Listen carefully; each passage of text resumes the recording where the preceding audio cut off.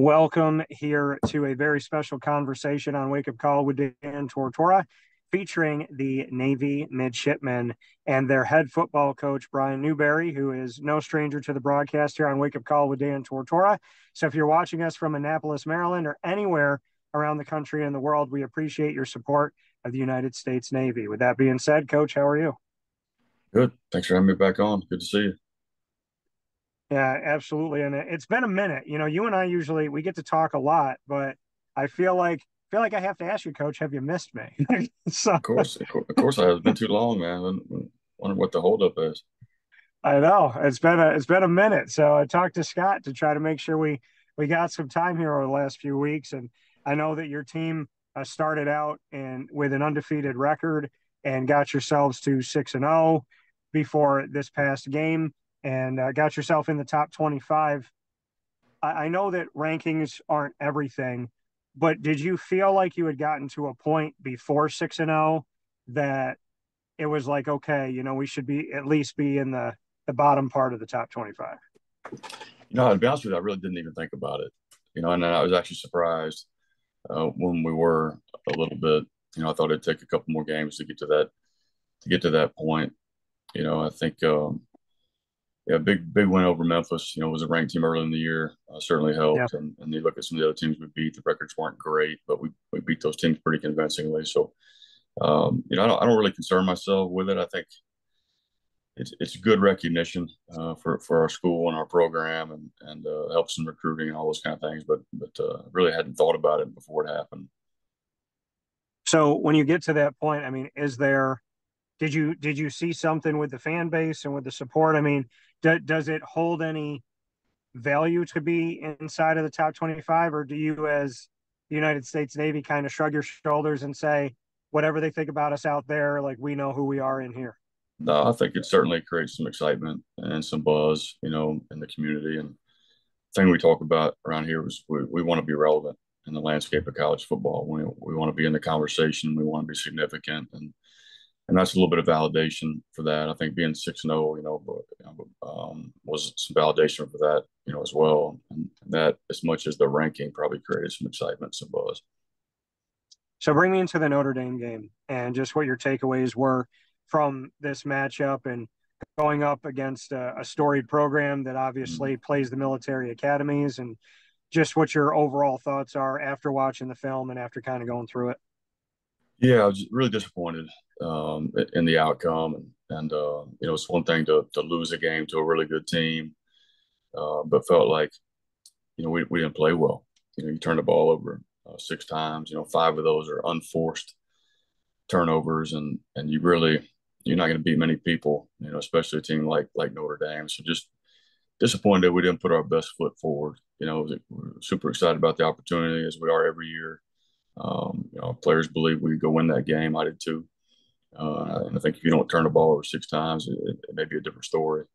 Maybe we don't win that game. I don't know, but it sure as heck could be a lot closer than it was. And so you're upset that you didn't put your best foot forward, on a stage like that. And it's a tremendous opportunity. You felt like we kind of let it slip through our hands.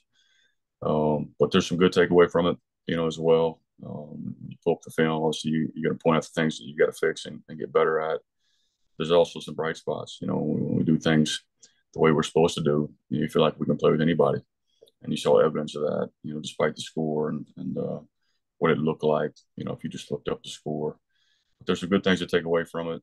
I think sometimes you have to have a setback, to take a big step forward, and sometimes when you're winning games, we have a saying right here that, winning minimizes things and mistakes, and losing maximizes them, and so you try to take the approach when you're winning games to kind of maximize or magnify those mistakes that you're making to get them fixed, knowing that when you play better people, they'll get you beat. But like I said, sometimes you take a step back, take a big step forward, and hopefully, I think our team and our mindset and the senior leadership, it's a group that's going to respond in a positive way, and I hope moving forward we'll be better for having had that experience. What was the immediate locker room reaction when you talk about that leadership? How did you see the guys react in kind of the immediate? Yeah, disappointed. I think they kind of felt the same way that I did, and disappointed. Know that we didn't put our best foot forward, and that's all we talk about around here is being at our best. And the message before the game was be at your best when your best is needed, and we certainly were not that on Saturday. And when you're playing a team like Notre Dame, who's really good, if you're not that, then you're not going to have a chance to win those types of games. And our guys know that, and I don't think it's a humbling experience to get beat like that. But I don't think it took away from the confidence we have in our football team. And certainly, all of our goals are out in front of us still. We're 6-1. We've had a good year. You got to kind of look at that as a bump in the road, and what can you take away from it that's going to make you better moving forward? Well, I mean, you're undefeated inside of the American Athletic Conference. And so, when you look at that pillar that you have currently right now, I mean, you have the Army Navy game every year, but you also have an opportunity if you stay the course and do what needs to be done from here forward. You have the opportunity within the American to play and host the AAC championship game, and that has to obviously be something in the minds of your student athletes and with you and your coaching staff that within the conference there is a very real opportunity in front of you. Yeah, certainly. I think it's a goal of ours at the beginning of the year, and you don't talk about it a ton. We obviously want to focus on the task at hand and take it one game at a time. But it's nice to know that all that is out there in front of you. If you take care of business, week to week, and I think our team's done a really good job of having that 1-0 mentality, that we talk about. It's a little coach speak, but our kids have bought into that. I've been really good about that, up to this point, and I think they'll continue to do that. And got a very good Rice team, going on the road.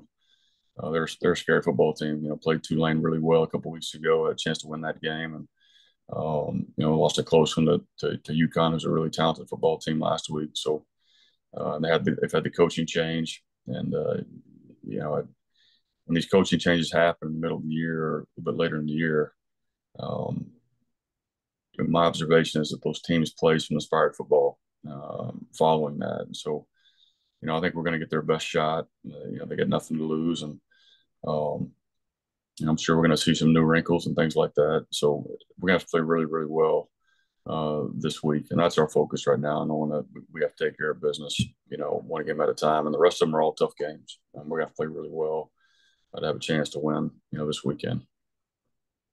What is it about Navy? Because I mean, I've covered this program for over a decade, and before you, Kenya Matalolo, he brings you in as a coordinator.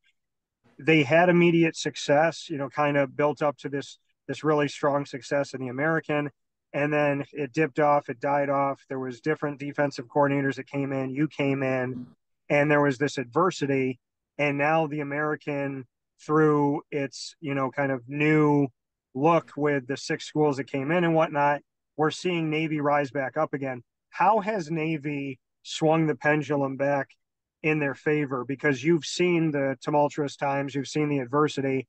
How did we get back here?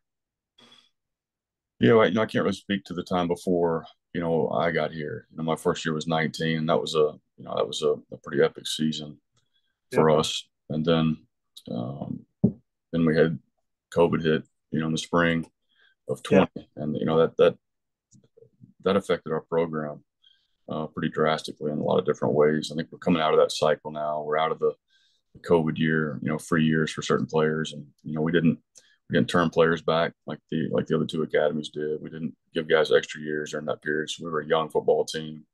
Lost a lot of players during COVID here and at the prep school, and so it certainly affected us. And I think we're coming out of that cycle now. I think the biggest reason for our success this year is the evolution of our offense, and the emergence of Blake Horvath playing really, really well. The job that Drew Cronick and the offensive staff have done, creating this new offensive system that's unique and different, and a lot of good players in the system. And so we're having success in offense, and we're first time in a while, scoring points on a consistent basis. And so I think that's a big part of the success, obviously. And there's a lot of things that I can point to that kind of led us up to this point, over the last 2 years since I got the job. And I think Jim Carizzi and our strength and conditioning staff have been phenomenal. You look at us, we're faster, we look more athletic, we're bigger, we're stronger. Doing a better job of developing our players at the prep school. I think we're doing a little better job in recruiting. I think the portal is helping us in a lot of ways because high school players aren't getting as many opportunities, and so we're finding that we're able to recruit a higher caliber high school player. We're able to be a little more selective about the guys that we're taking. So there's a lot of things you can point to, certainly. Yeah, and like you said, you're being selective about the people that you're taking, and obviously there's another element to it in serving in the United States Naval Academy.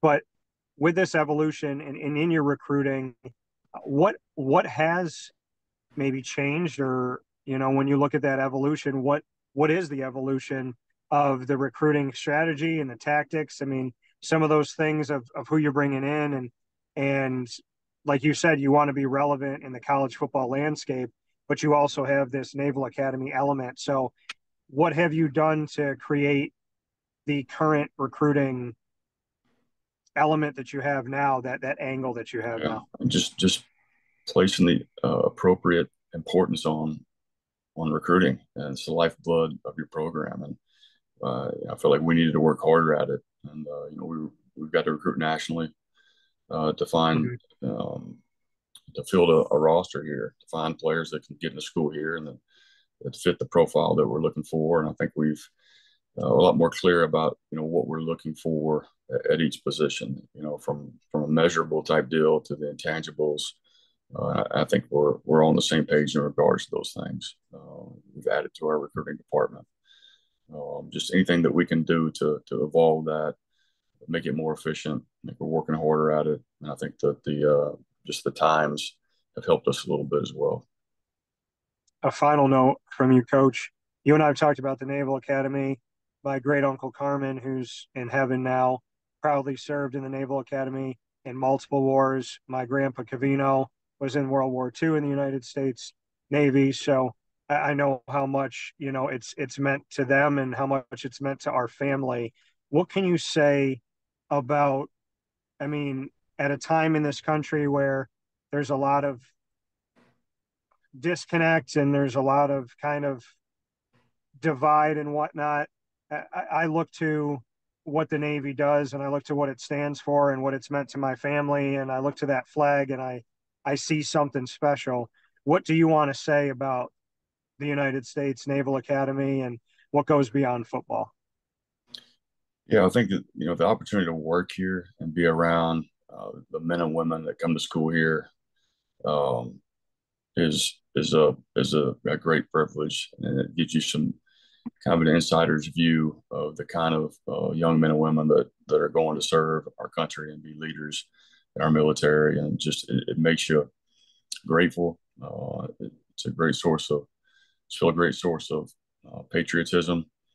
Just working with these young men and women on a daily basis is an honor and a privilege. And not only that, but to meet superintendent, the commandant. These are wonderful people. Just a reminder every day how fortunate we are to have young men and women, here at the academy. They're going to serve our country, protect our country, and that makes you more grateful for those that are currently serving and for our veterans. And it just gives you a whole different, perspective when you're working in academy for those things. So have we seen, in your opinion, when we go back to football here, have we seen the best the midshipmen have to offer yet? No, I don't think so. I think we're still a work in progress. Um, I think we haven't reached our ceiling. I think certainly we've done some really good things in the offense side of football. I don't think we've played a great game defensively yet. And we've been pretty good on defense around here for several years. So we got to get to our standard on that side of the football, and I think we're going to keep getting better. That comment from Brian Newberry, the head coach of the Navy Midshipmen's football program. Brian, as always, I appreciate your time, and I'm hoping the best for you and the team, and I'm always watching. Thanks, Dan. It's good to see you, man. Good to see you too, sir. I'll talk with you soon. All right.